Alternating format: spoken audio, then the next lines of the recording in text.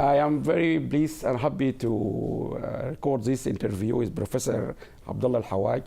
We are in Ahlia University in the Vice Chancellor office, and we have been very privileged to have this opportunity. And yesterday we have witnessed one great event organized by the university. This interview is part of our documentation and showing the whole world the Arab expertise as part of the initiative we have initiated in the Middle East Knowledge Economy Institute in the UK. The interview is around four issues. The first one, we would like to show the background of some iconic people in the Middle East who have contributed to the development and production of knowledge in the region. So we are very happy to have, I'm not going to talk about the guest, but rather I will let the guest introduce himself and tell us more about his background. So, Professor Alhawaj, we are very pleased to see in your office, in your university, in your country. Thank you very much, of course, and I'm really happy to be a part of this very important initiative. I finished my high schools in Bahrain in 1968. Where were you born, Professor? I was born in Manama, Bahrain. Okay, we wouldn't ask you about when. But I lived all my childhood and youth in my lovely city of Muharraq. But Bahrain, as you know, it's a beautiful island. It has a very important, I think it's one of the most warm-hearted and welcoming people in the whole globe. And we are very proud to be Bahrainis. We are very proud to be a part of the GCC and the Arab world. And we are very proud to be a part of the whole mankind. You know, we believe in collaboration. We believe that our goals is to have better life, is to help the whole world to be together, to be safe, to be far from any disruptions or terrorisms or anything. So I went to Kuwait in 1968. I did my bachelor degree in mathematics. In 1972,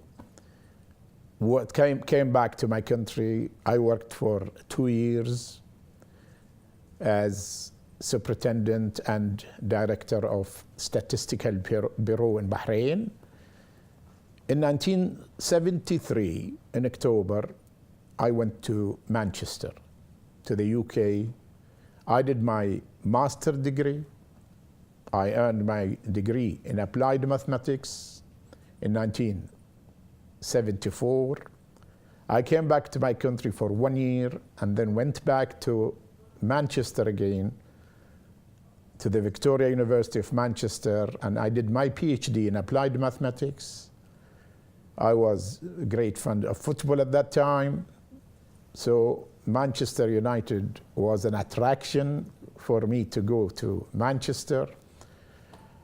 And when I came back, of course, I was, started my academic career in the University of Bahrain. Sorry to interrupt you, Professor Alhawaj, but one question: when you did your PhD, but Manchester is a great university. What exactly in mathematics your specialty? So if people ask you, what exactly you are expert? What exactly your area of narrow specialization? It was in fluid flow, okay, and something to do with turbo machines.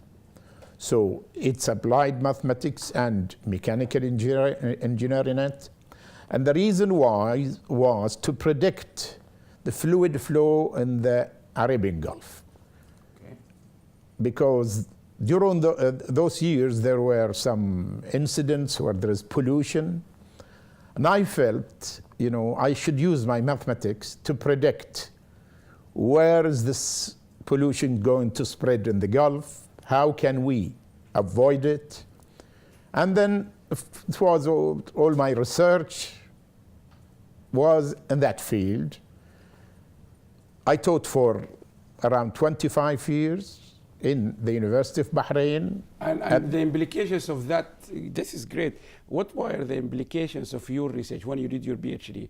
This is great things to do.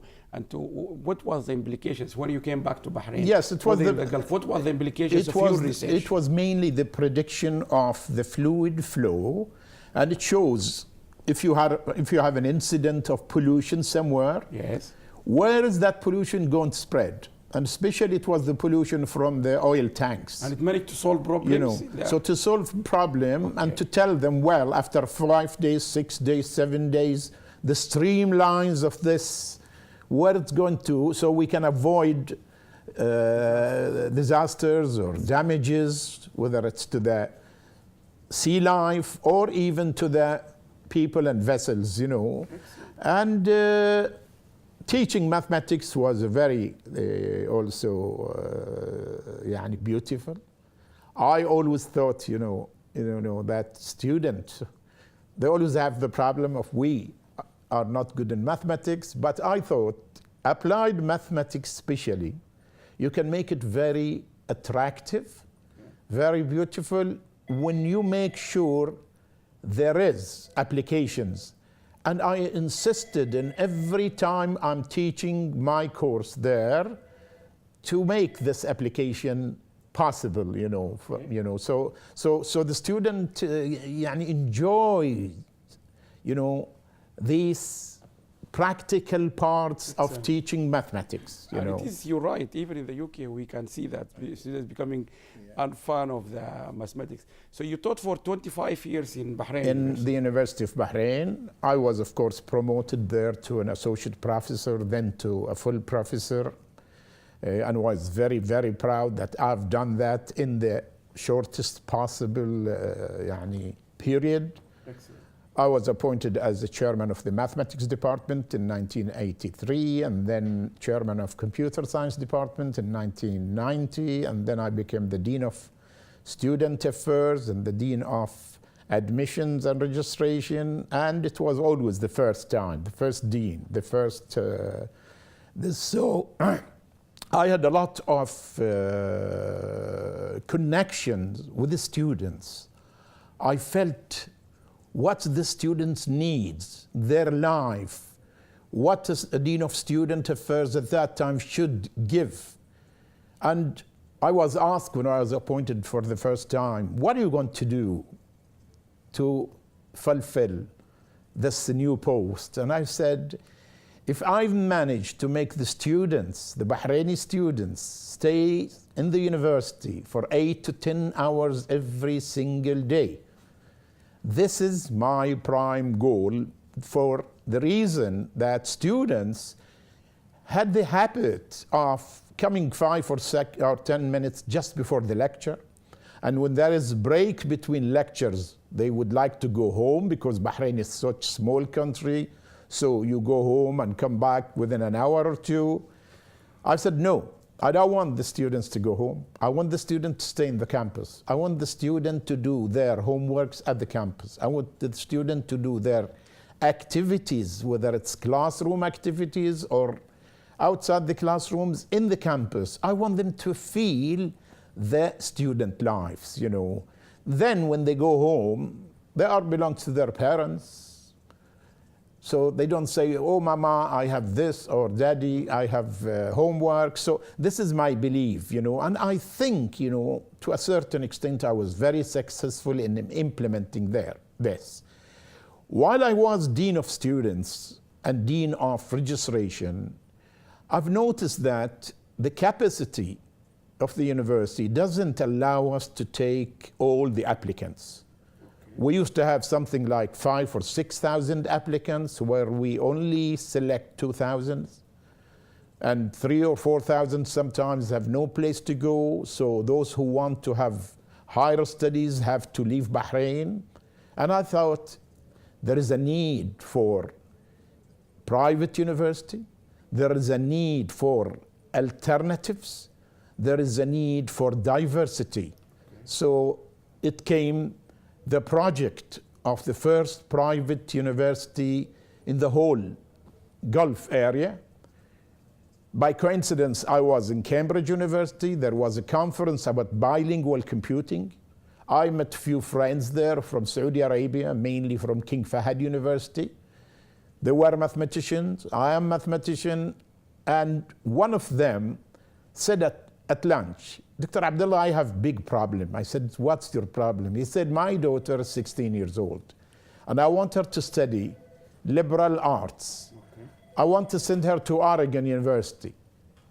My wife say, no, your daughter or our daughter is going to study in Bahrain. I cannot send her abroad. She's too young. So I said to him, Eureka, Eureka. I found it. He said to him, what do you mean? I said, instead of your daughter going to Oregon in 2 years' time, when she finishes her high schools, we will bring Oregon to your daughter. He said, what do you mean? Explain. I said, well, let's think of the first private university in the GCC. This was in 1991. Let's think of a collaboration between a Western university and an Eastern country in a win-win situation. So let's form a committee and let's work in it. Private university can have their own different goals also. Okay, they are a part of their countries, they are a part of the responsibilities, but they can have niche areas where they could concentrate in it and they make sure they become expert in it. They have the freedom of thinking more than the others. I have the freedom of asking investors to be shareholders in these universities. Then it will produce the specialists that they need for their own works, their own industries, their own companies. And we have succeeded in doing that. We have convinced a very big part of the people, very big part of the investors, and mainly those investors who think very seriously about the education of their children, the education of their grandchildren, that we can do it. And Bahrain is a small country with a very limited resources, but great ambition. That's fine. That in terms of the mindset of investing in a private institution to do the other thing. But for me as the parents or for me as the students, I'm coming here to choose which university. What do you do different inside the university in terms of curriculum, teaching, the relationship between the staff? What is different between the way private universities do what is the different approach? People now listening to us, because this has been going on in the whole Arab countries now. What is different in terms of the way you manage the university inside? We are very dynamic, first of all. You know, in what sense? We can change rules and regulations very fast. We can look at the market needs. We could look at the development needs, and we don't have to go through a lot of bureaucratic. And you think that's a good thing? This is great. So what about those in think tank or major government minister? They will say to you, no, that's not a good thing. The good thing is we have a rigorous process. You have to go through this, lots of committees. Yes, I know you can easily cross the red tapes. But what do you say to those people who they say to you, no, that's not good. We need you to go through all these. I tell them very clearly one very clear message. Yes. Check our product, check our outputs, and see is our outputs really goes to the top quality. Yes. Give us example of your top quality. Example of, without names of students, but give us example of the 2 examples which you are very proud of. We are very proud of having students who have innovations, who have invested who have had very good ideas. One of our students, by coincidence, she's my niece, she studied in physiotherapy. And now she has 2 or 3 instruments to help the patients. And it was registered and it was patented by her name.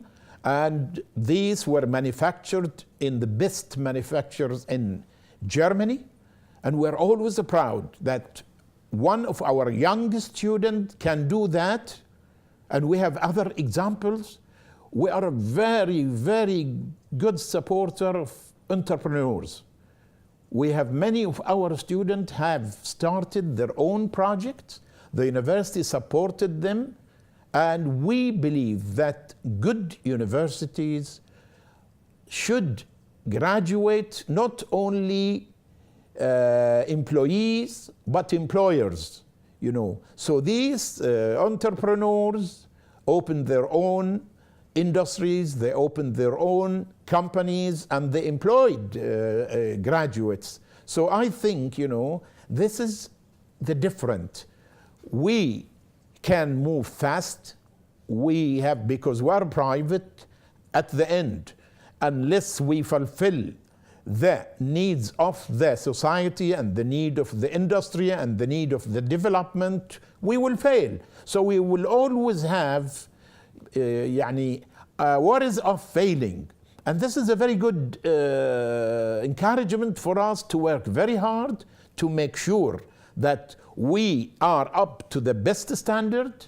We want to make sure that we pass all qualities. And I'm very happy to tell you that Ahlia University, as an example, in Bahrain, have really scored the best results in our quality assurance. We've been very successful in the academic evaluation. We've been very successful in the institutions evaluation. We have scored really high scores, and I am really proud that this all have been done with everybody. Academic staff, the admin, the students, the researchers, and all the other stakeholders. In Ahlia University, because we are private also, we care too much about the stakeholders' views. We discuss it, whether they are the parents of the students, whether they are the students, the employers, even the alumni, even our students, even our staff. We always have surveys to make sure that we are fulfilling the needs. Okay. And we do believe that it's not easy to go on the top, but it's more difficult to stay at the top. And I always profess that. That will lead me to this question, which I don't want to take too much of long of your time, but you have been involved also in leading this private university across the Arab countries. And they are growing very fast now in Saudi Arabia, in UAE, in Sudan, in Jordan, and so on. It's not a political question, but are you happy with this massive growth now in private universities in the Arab countries? And do you feel they are good enough, or are they representing the same approach you have pioneered? Or what do you think of this movement? Of course. There's lots of them now in Arab Of course, countries. there is a lot of problems. There is a lot of obstacles. But I always believed that the more universities, the more training institutes, the more colleges will give alternatives and will give different diversity, you know. And this is very, very important, because sometimes the student want to go to that field rather than this. Now the choice, they have it.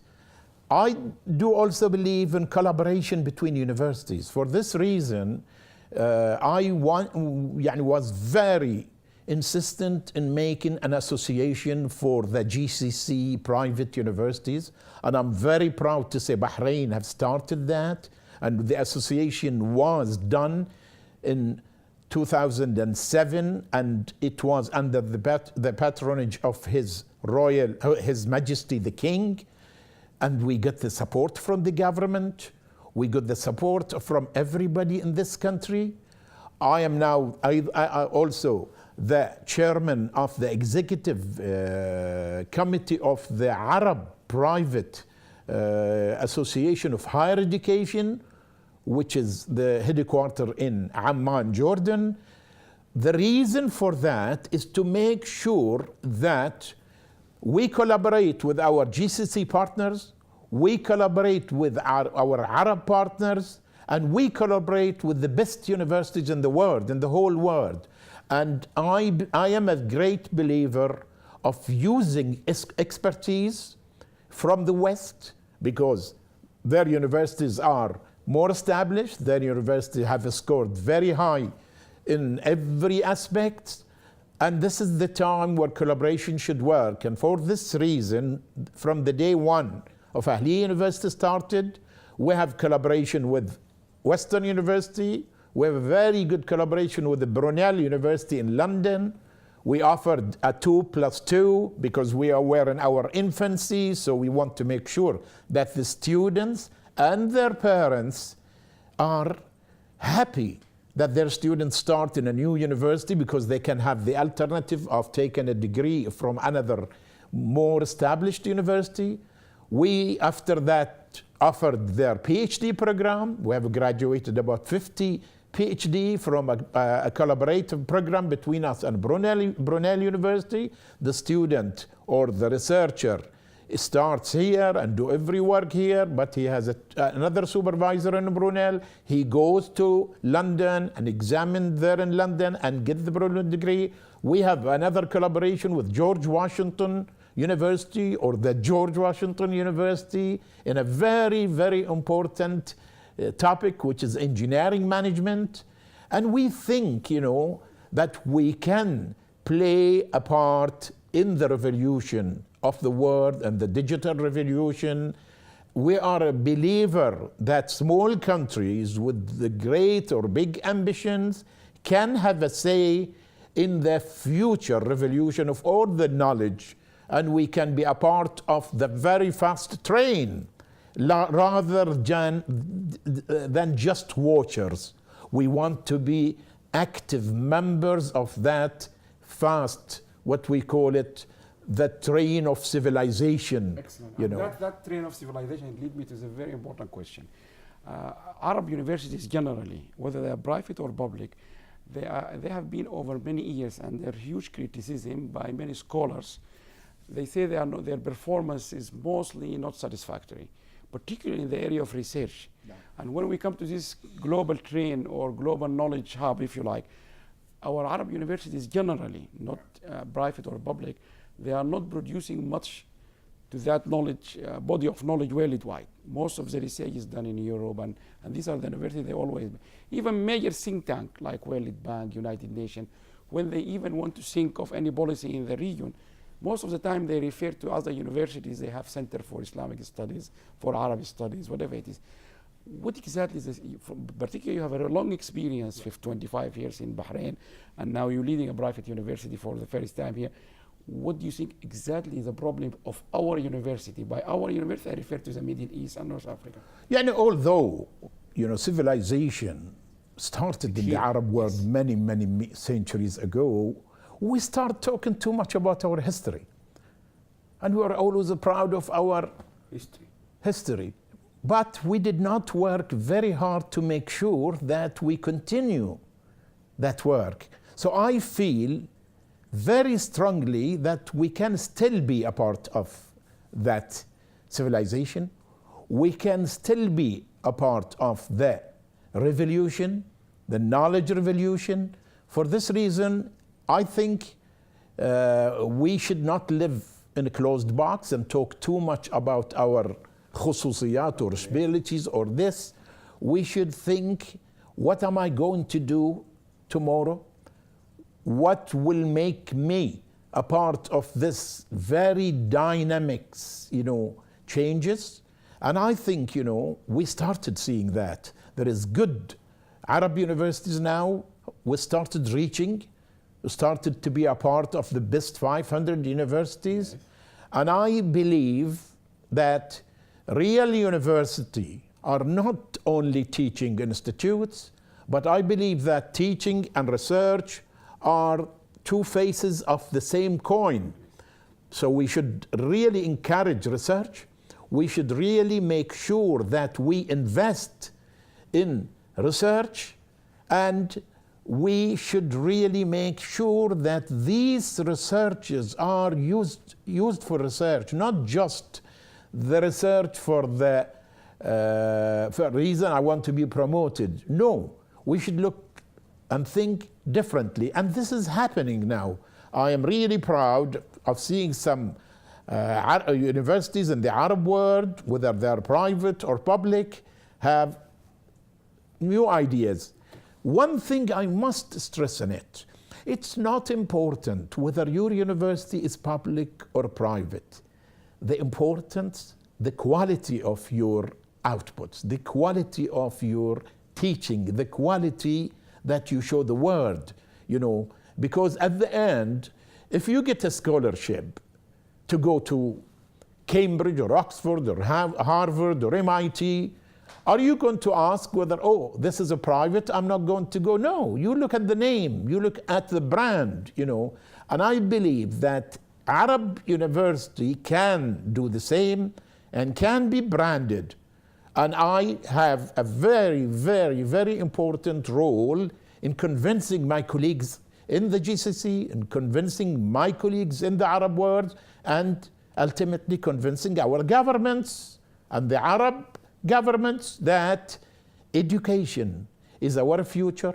Investing in education is very important. Make sure also when you invest in education, don't look at the shortest, easiest way, but go for quality. No. So quality should be the brand of our education. Last year there was a major conference by the World Bank for the Mediterranean, and one of the issues they were discussing in the conference is that governments and universities in Arab countries, in Middle East generally, they have not been up to the expectations of the youth, the young generations. Yes. And the argument we went for the conference was that we are living in a digital revolution, in a digital, they call it a digital economy, digital era, if you like. Yes. And you need your graduates to be able to benefit from this revolution. So you want graduates, you need to produce graduates who can actually go and work in this digital economy.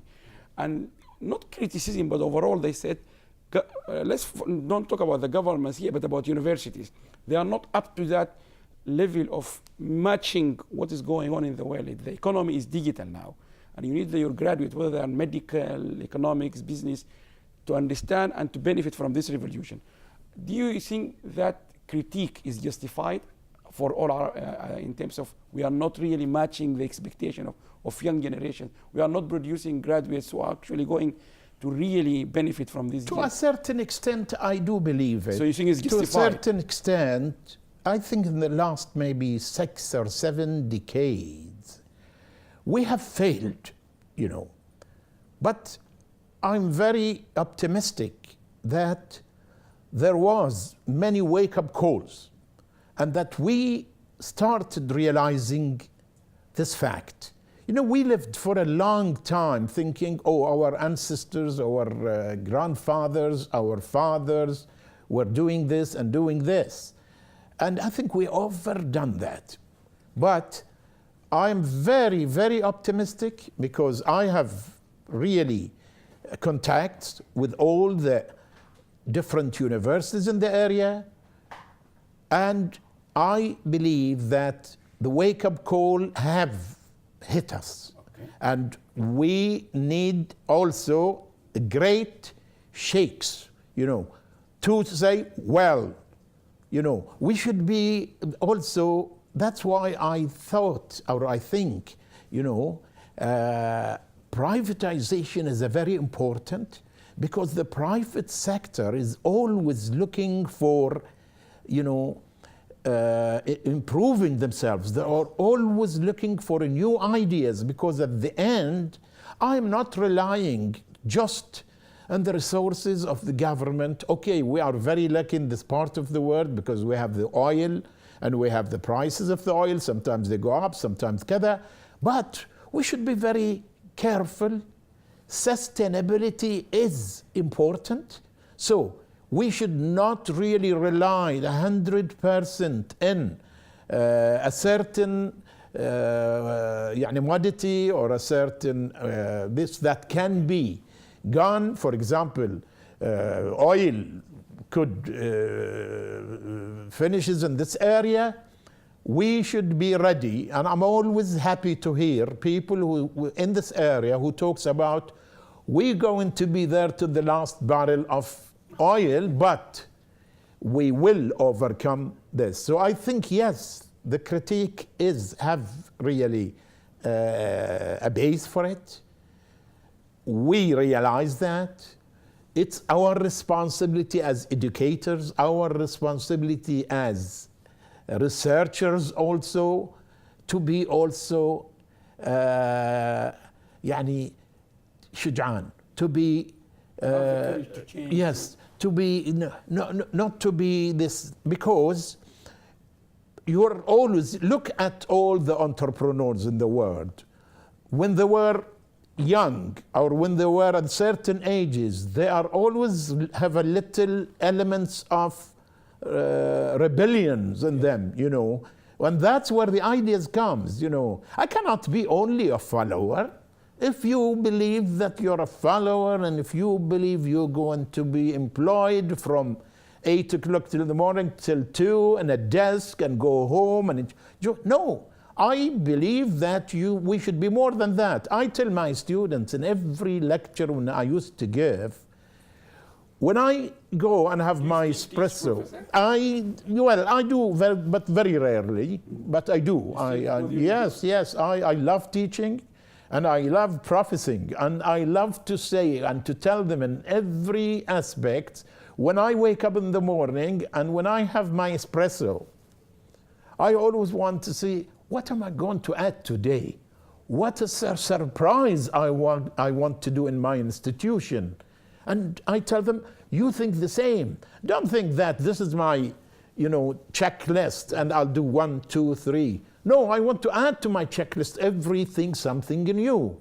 I want to tell them, I will rebel in a few very classical or very this, to make sure. But one thing is always, I look ahead and I want to compete, and I want to make sure I compete with the best in the world. I want to make sure, because I am a believer of mankind. I am a believer that we all have the same brain, but we need to use that brain. We need to train that brain to think that way. This is my message, and I would like to make sure in every interview I do it, in every message I send to anybody, that investment in education is a must, and public-private collaboration is a must if we want to be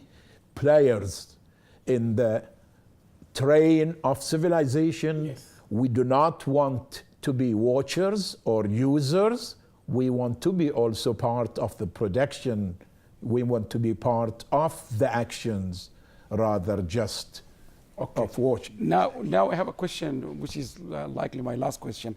Professor Alhawaj, with your experience, you went to Kuwait, you were a professor 25 years, you went to Manchester, one of the best universities, you pioneered this public-private, you have a wealth of experience.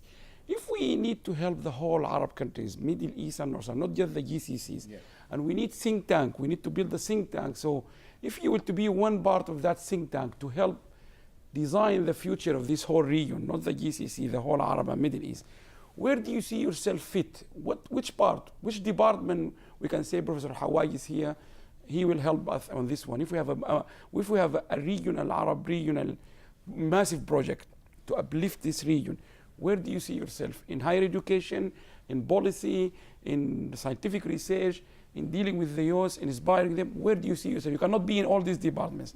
Where would you be? It's a very difficult question. I'm a believer, first of all, that education is the most important instrument. I believe that higher education is our future. I want to be in a think tank where we could really make sure that regulations, rules, and bylaws are set by the stakeholders, are set by those people who want to be leaders, are set by people who have dreams, are set by people who have visions. not only visions, and a determination and insistence of fulfilling this vision. What we lack, and what's our problem in general in the Arab world, that we are still thinking of public servants putting rules and regulations for private sectors who want to prove to the whole world they can do it. So I think in the whole Arab world, rules and regulation, legislation should be put by the stakeholders themselves, should be supported by the government, and the rules and regulations should be very clear, but for the purpose of helping these institutions, helping these research factories, helping this university to achieve their goals, rather than trying to catch a mistake here or a fault here. My belief is very clear that humankind again are the same. We have the same brains. We were leaders of the world at one time. We can be also a part of the leadership of the future. And I think we should also have the ambitions. You know, if you don't have an ambition and you don't believe that you can be the best, you will never be the best. So this is where I see myself, to encourage more of policy and yes, decision-making process. And decision-making to make sure that we fulfill the ambitions of these great dreamers. All these successful entrepreneurs at one day have a small dream. And I don't want to say I am an entrepreneur, I am. When I thought of Ahlia University in 1991, nobody thinks. Look at Bahrain today.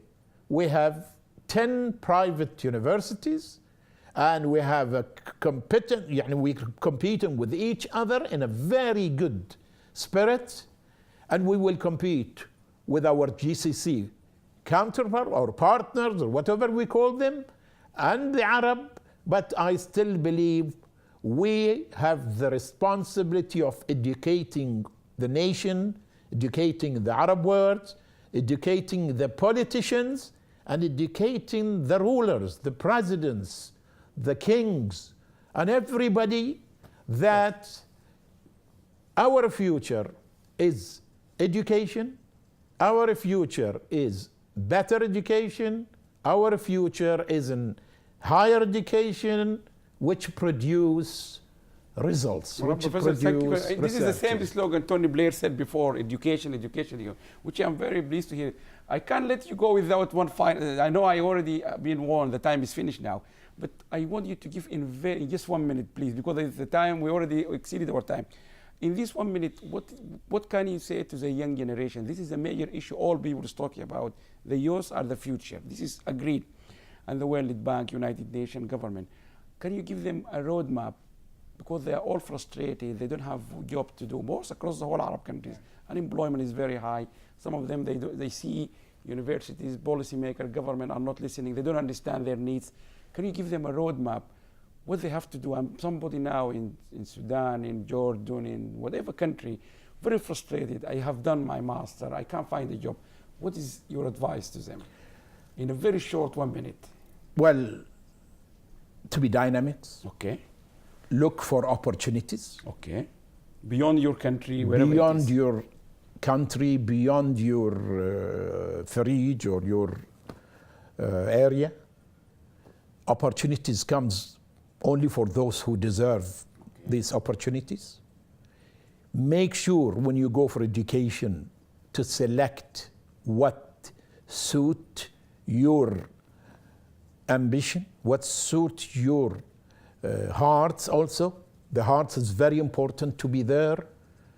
And these youth must feel that they can do it. I have the.